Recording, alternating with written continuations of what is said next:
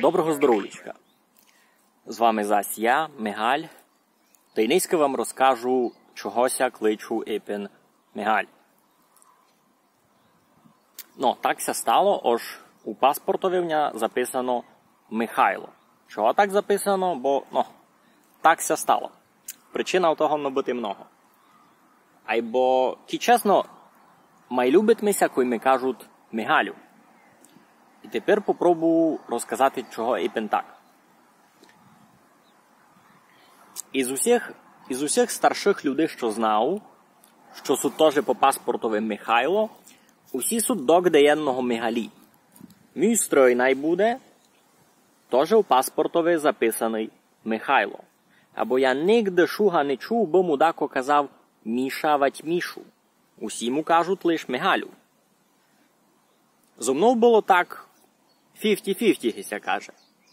Бо казало мися і Мішу, і Мішику. Айбо знаєте що? Казало мися і Мигалю. І є в мене така маленька гіпотеза. Ож челянник чує своє посправдішнє ім'я, лиш тоді, коли на нього мамка сердита. Та коли на нього мамка була сердита, казала ми лише єдно: Мигалю, дораз дістанеш. Не казала ми Мішику, не казала ми Мішу, казала ми Мигалю. І так ми ся видить, що у той момент мамка була дуже серйозна. Айбо і це ім'я ми ся любить. Другий інтересний пункт.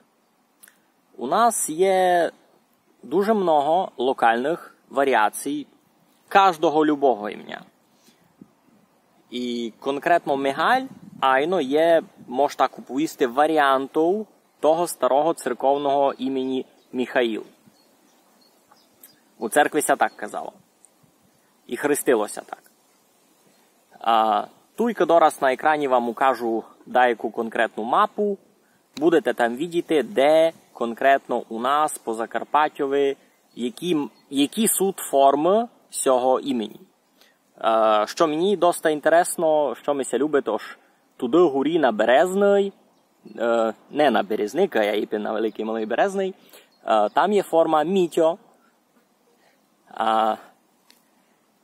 А у Кушниці була фіксована лише одна форма – Мигаль.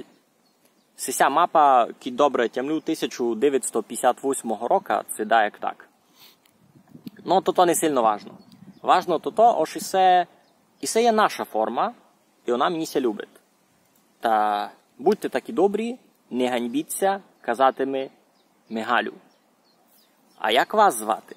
Розкажіть мені.